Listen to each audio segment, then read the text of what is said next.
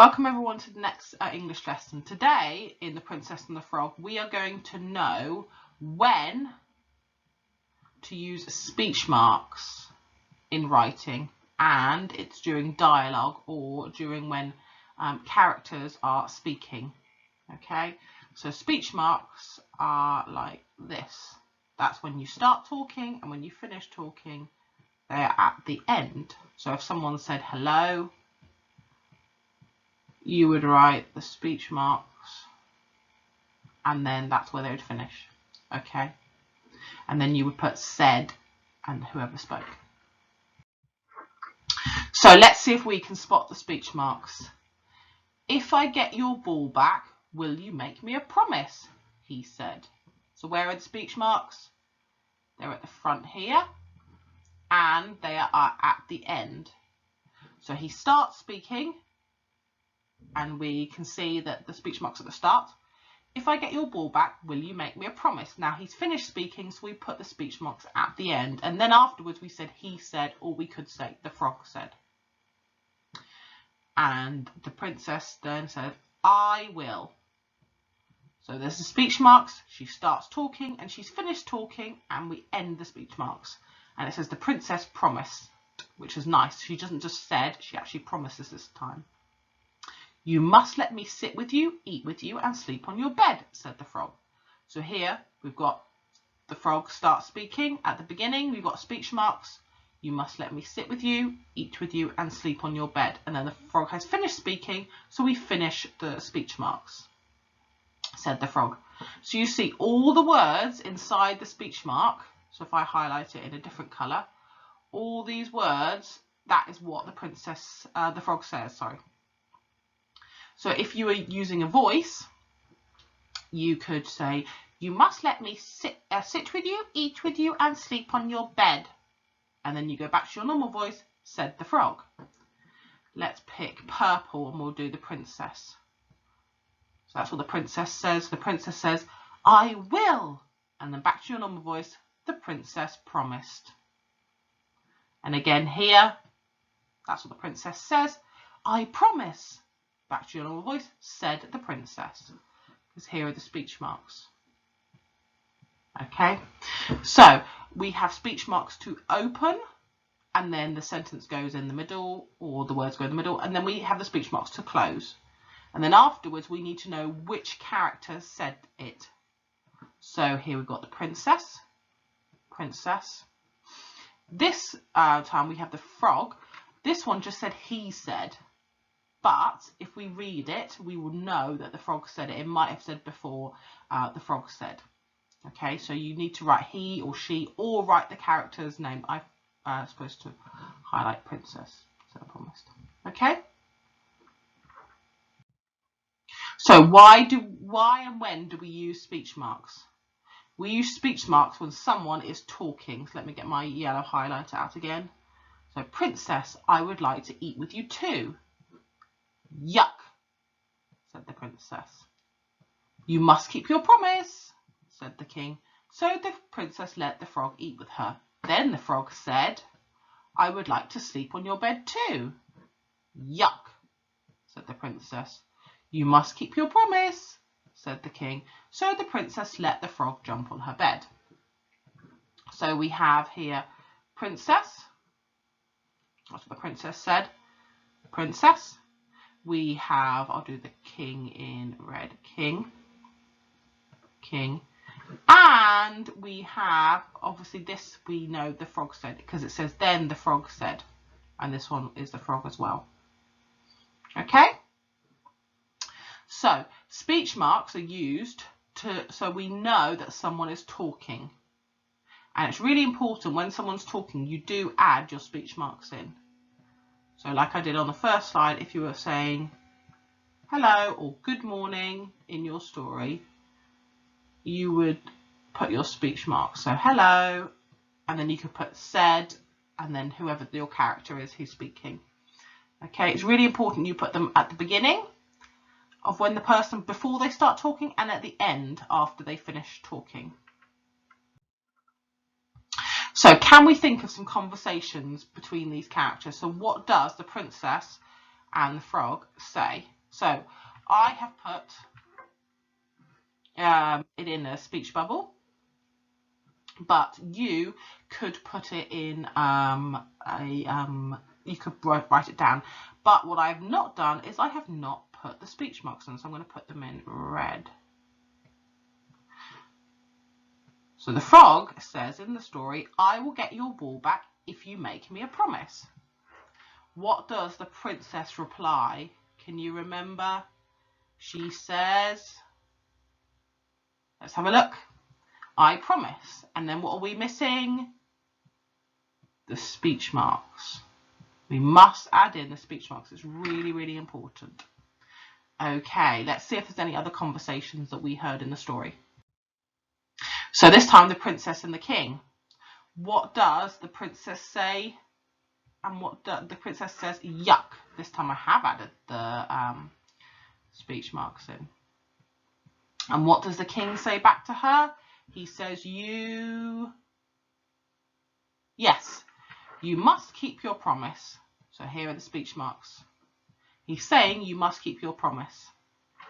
Let's see what other conversations happen. So the princess and the prince. What does the princess say? What does the prince say? Now this time we're going to think of our own things to write in here. So what could the princess, now this isn't in the story, but what could the princess say to the prince? What could the princess say? The princess, remember, she's going to be very, very happy that he's turned back into a prince. Maybe she might be a bit surprised. She might be overjoyed. What do you think she might say to the prince? Oh, I think she might say, because she's surprised, maybe because she didn't know. Do my speech marks. What a surprise. And then I'm going to do an exclamation mark. And at the end, what do I need to do? My my speech marks. What could the king say? Remember, the king wanted to, not the king, the prince. What would the prince say back? He's very happy because she has broken the spell. So he might say to her, thank you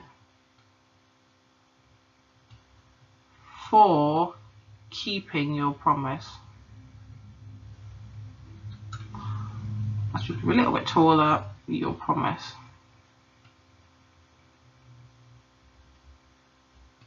And then at the end, we put a full stop and the speech mark. So that's what those characters might say to each other. So we are going to have a look at some of these, and then you are going to write some sentences. You can write sentences from The Princess and the Frog if you want. So let's have a look at these sentences. These are some examples of sentences I have written. So, good morning, Frog, said the princess. Then the frog says, can I sit and eat breakfast with you, please? And I've written croaked the frog. I don't just want to say said, I've written croaked the frog. It sounds much better. Yuck. And this time I have written shouted the princess, not just said the princess. I'm trying to make the writing more interesting each time. And then speech marks, remember to keep your promise. And then this time I've written reminded the king. Okay, so what you're going to do is you are going to write some sentences from the story. You need to make sure in the story you have a king. Not really sentences, it's more of just some dialogue. A frog and a princess. You might also have the prince as well.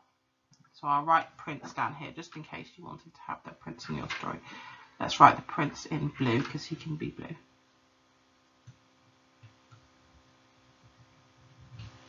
Okay, so these are the characters you might have in your dialogue. So princess, frog, king and prince.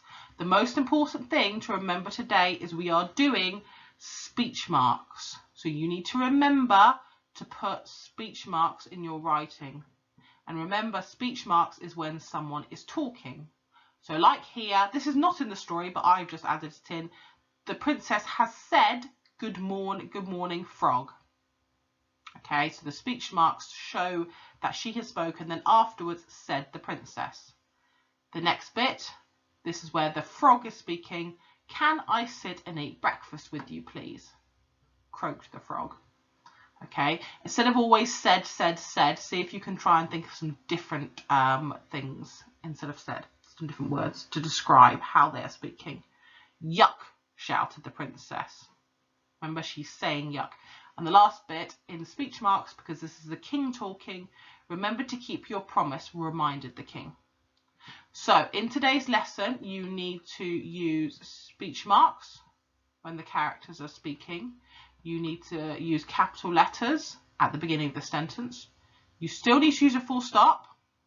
Look, I've still used a full stop at the end of the sentence. You need to do your finger spaces, because otherwise we're not going to be able to see. And this is for handwriting. Okay, it's really important that you guys do the writing, not any of the adults at home, and that you try and do your nicest handwriting. Okay, for an extra challenge, I'll put this as a star. This is a challenge. If you can try and use different words except for said. So I'm going to write said here.